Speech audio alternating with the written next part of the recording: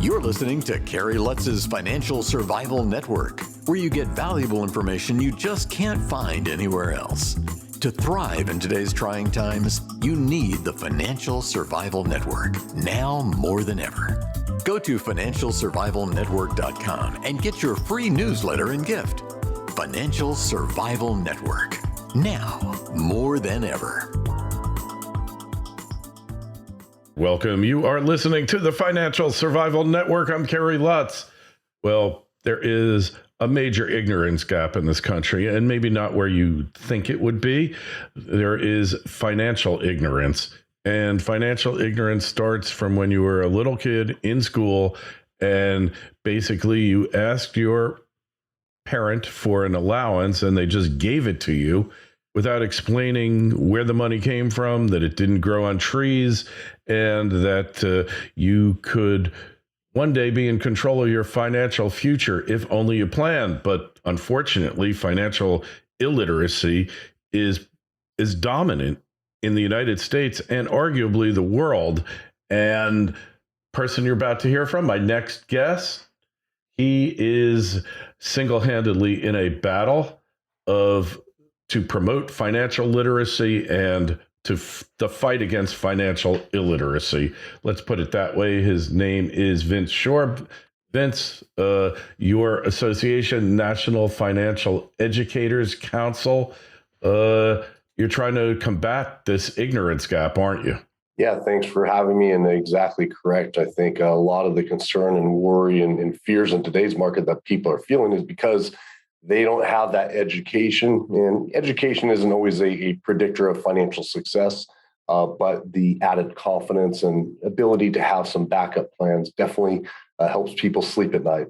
Right. And we see you on the media, USA Today, NBC, Fox Business, NerdWallet, Mint. So you're really out there on the top media outlets trying to get your message across. What do you think is the largest obstacle in your path?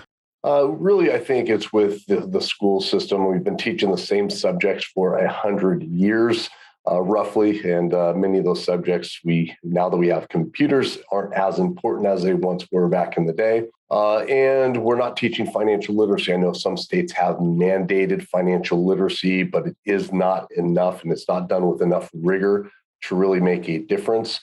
So it's, when you're battling politicians, school boards, red tape and all that, it's challenging to get financial literacy into public schools at a level that's going to make a real difference. So that's one of our head battles that we're facing right now.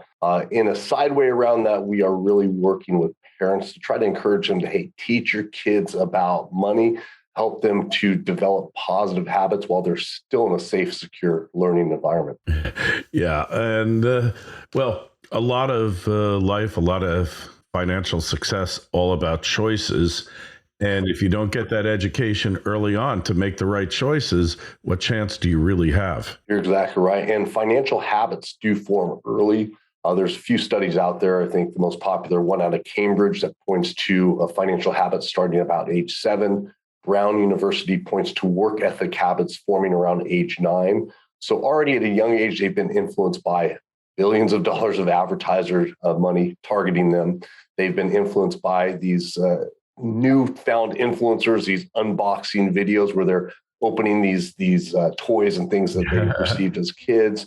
And to your point earlier, you said, when parents have a big influence too. And if parents are succumbing to their children at that store after they've had all these influences and are then buying them a gift when they're throwing a fit, well, that's just reinforcing negative behaviors. And that often carries with them into adulthood. All right. So, and that's such a great point, because when you look, often the situation you're in now is the situation you created for yourself. What do you think is the most important aspect of financial literacy that needs to be taught in schools and isn't? Really, it comes down to self-sufficiency, right? I think we should graduate people that are self-sufficient, contributing members of society. And, in the younger levels, we can teach them the behaviors, setting up the systems and the good habits, right? But when it gets to high school, we need to prep them for the early choices they'll be facing. like moving out on their own. If they're going to college, how to choose a college based on ROI.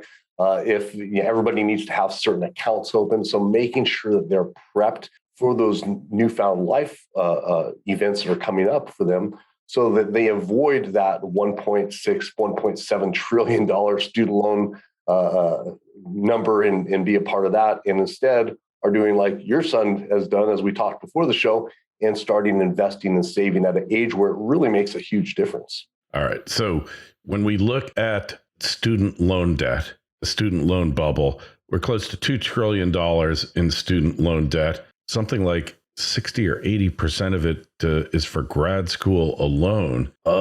When you talk about that, look, you come from the mortgage industry. That's your background. It is, yeah. And when an elderly couple wants to do a reverse mortgage on their home, they got to go through a whole counseling, educational process, and it might only be for $100,000. For these kids, they could be doing hundreds of thousands of dollars in debt, and all they have to do is sign on the dotted line.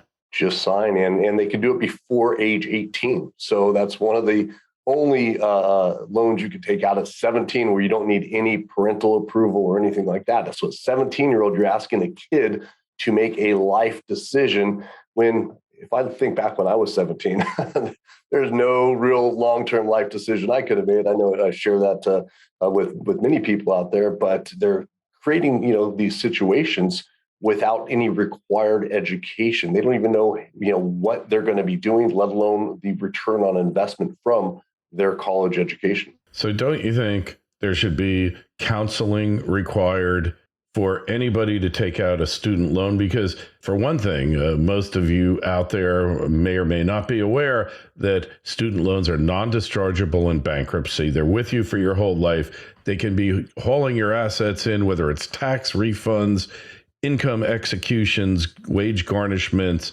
bank accounts.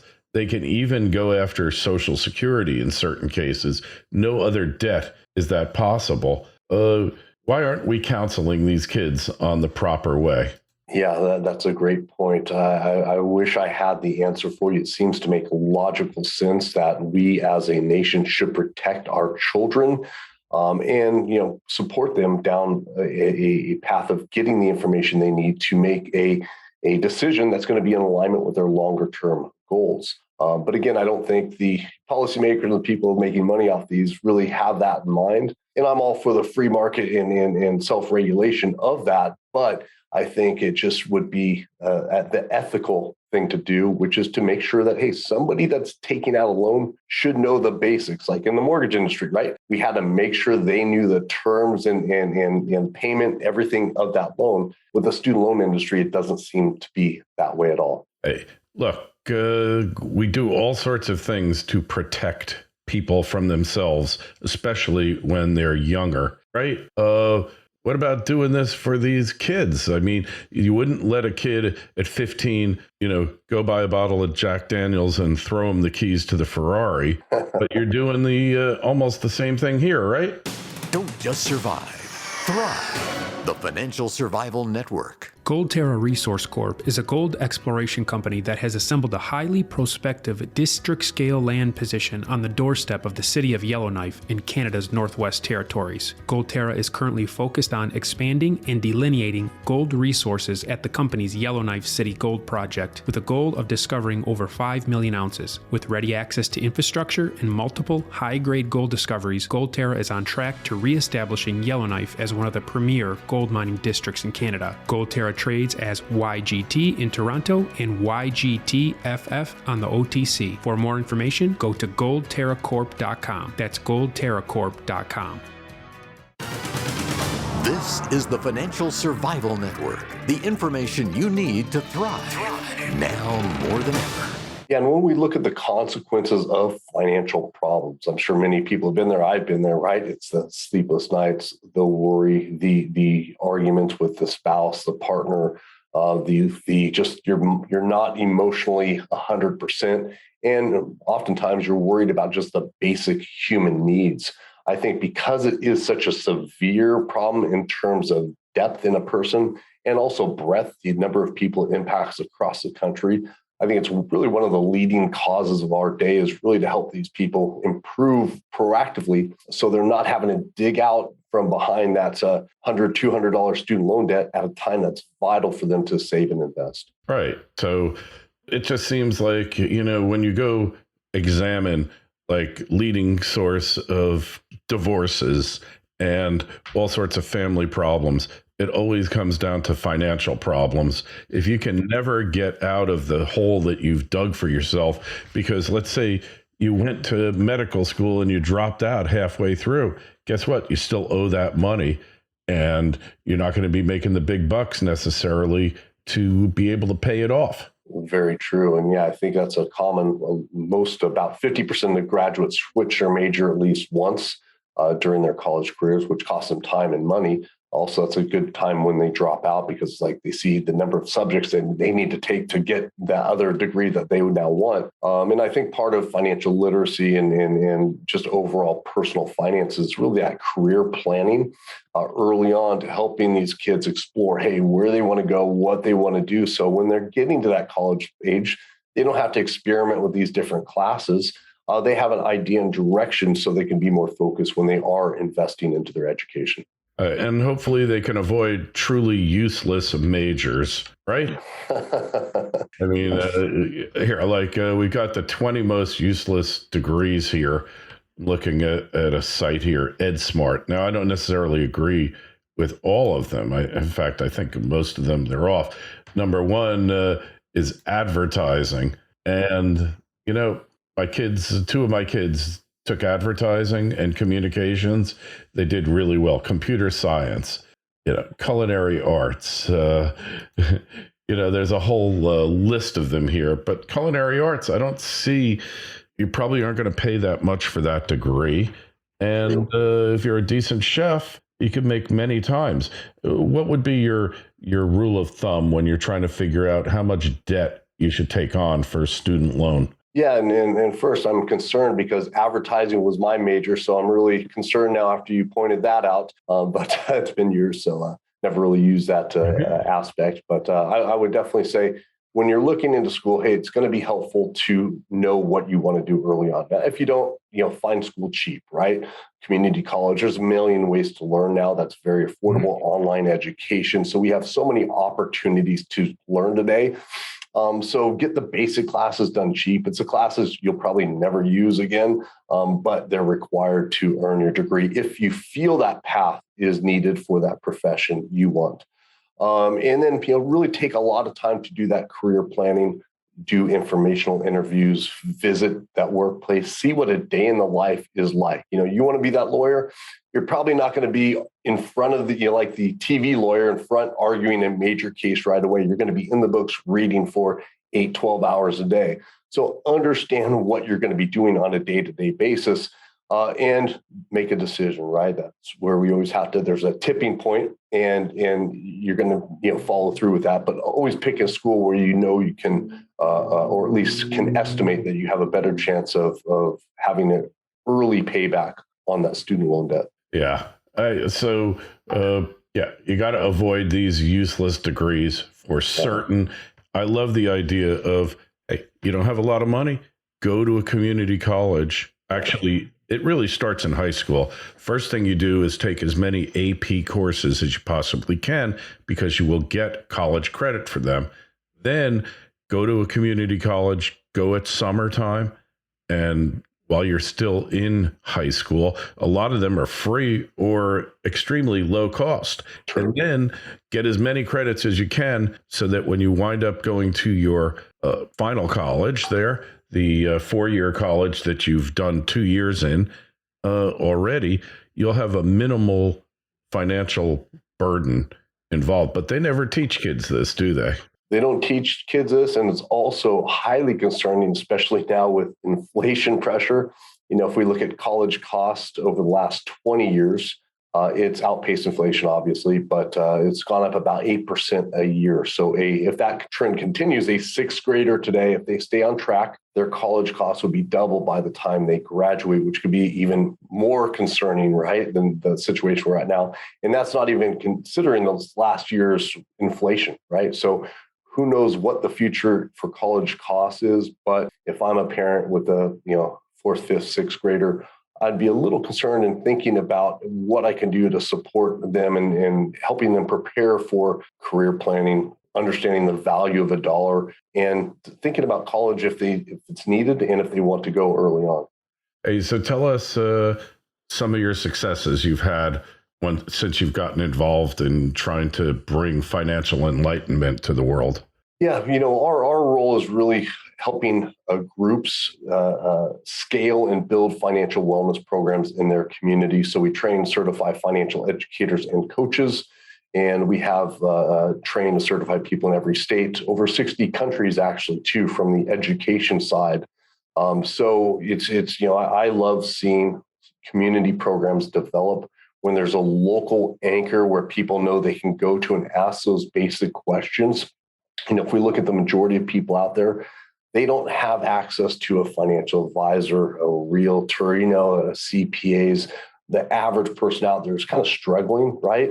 If they're looking for help on debt, they look up, hey, how do I pay off debt? Or I need help on this. Well, they might land on a bankruptcy attorney site. They'll say, hey, do bankruptcy, or debt consolidator site, or do debt consolidation. Or so, that unbiased education, I think, is something people value and enjoy. And it's just great getting the letters back from our educators and coaches out there that are getting letters from their clients saying, hey, it's just nice to be able to talk to somebody, especially in these uncertain times where I know you're not trying to sell me anything. And I can get questions answered on just the basic things that are impacting me and my family. And hey, how do I account for this extra $300 a month we're paying due to inflation, and how do I prep for their college? So I think just hearing the number of stories we're getting from those we're empowering with this resources is a great thing. All right. Well, there's definitely not enough financial literacy out there. Have you ever spoken with Robert Kiyosaki? He's been a huge proponent of financial literacy and education for our youth. Not personally, but I'm a fan. The cash flow quadrant was something I was reading early on in life. It's today educators and those people come in so many different roles. You're a financial educator, other hosts are financial educators, authors. So I think, what the independent financial education industry is doing is great. Now we have, if people are seeking information, they have places they can turn to. Hey, if I like your personality, that's going to be great. You're going to be a great mentor and model for me, right? So I think now people have a lot of access to this information, and we always encourage people to find those people that are. And we also encourage people to advocate for that, especially if you have kids, making sure you're teaching them, making sure, hey, you're talking to the school. Hey, can you teach them something that will truly benefit them in the real world? So really trying to convert these parents into advocates as well is something we're always trying to do. All right. Hey, people want to find out more about your organization, Vince, and they want to connect with you. How do you do that? Yeah, thanks, Kerry. They go to my LinkedIn, Vince Shorb, SHORB, or always go to our website at financialeducatorscouncil.org. And definitely appreciate you having me. Thank you for giving me this platform, and love your show. All right. Appreciate your coming on as well. Appreciate what you do and how you're trying to help people. And if we can be of any help, please just give us a ring and we'll be there for you. If you got any questions for Vince, you can also send me an email, kl@kerrylutz.com. And don't forget, go to the site Financial Survival Network. We're all about education. Just go there, sign up for your free newsletter, get a lot of useful info. Vince, good luck in your mission, and we wish you the best. Thanks for listening to Kerry Lutz's Financial Survival Network, your solution to today's trying times. For the latest, go to financialsurvivalnetwork.com. Financial Survival Network, now more than ever.